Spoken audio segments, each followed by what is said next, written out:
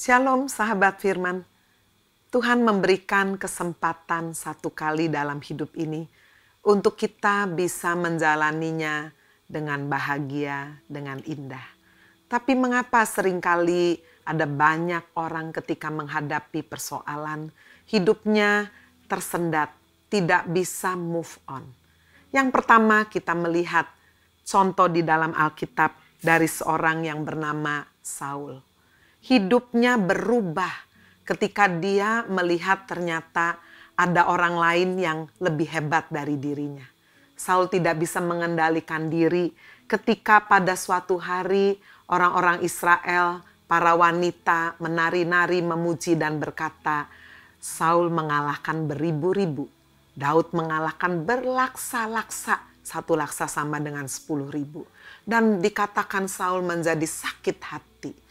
Sejak saat itu dia berkeinginan untuk menghancurkan dan membunuh Daud. Energinya terkuras hanya memikirkan bagaimana menghancurkan hidup Daud. Sahabat firman, kehidupan seperti ini membuat seseorang hancur, menghancurkan dirinya, menghancurkan masa depannya sendiri.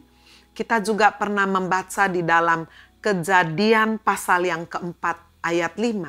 Seorang yang bernama Kain, hatinya panas ketika dia melihat kenyataan bahwa Allah menerima persembahan adiknya Habel, sementara persembahannya ditolak. Dia menjadi marah walaupun ditegur, dinasehati, dia menolak. Sampai akhirnya membunuh Habel. Sahabat firman, berapa banyak hari ini Anda mungkin sedang panas hati karena melihat teman atau orang lain lebih berhasil, lebih mendapatkan sarana, dapat promosi, bonus, dan Anda iri hati, marah, panas hati. Tanggalkan semuanya itu. Sama sekali tidak berguna. Itu akan hanya membuat Anda menghancurkan diri sendiri.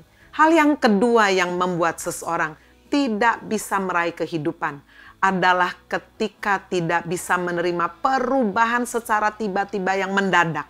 Kita bisa melihat dari istri Ayub.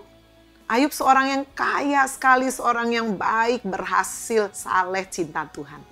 Tapi ketika semuanya habis, semua anak mati, harta ludes, dia sakit, istrinya tidak tahan.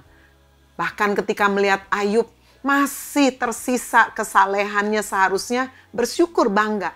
Tetapi istrinya berkata, kamu masih menyembah Tuhan? Kutuki aja Allahmu, mati aja. Wow, berapa sering dalam hidup ini kita tidak bisa menerima kenyataan ketika ada perubahan yang mendadak terjadi.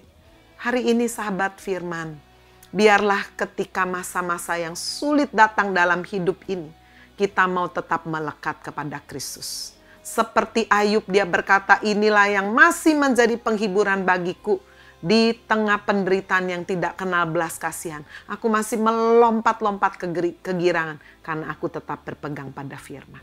Sahabat firman, mari kita tetap menjalankan hidup, tetap percaya kepada Kristus. Walaupun ada orang yang lebih hebat dari kita, walaupun ada perubahan yang mendadak, kita tetap percaya. Yesus setia, dan kita akan sungguh-sungguh melihat janjinya digenapi. Amin. God bless you.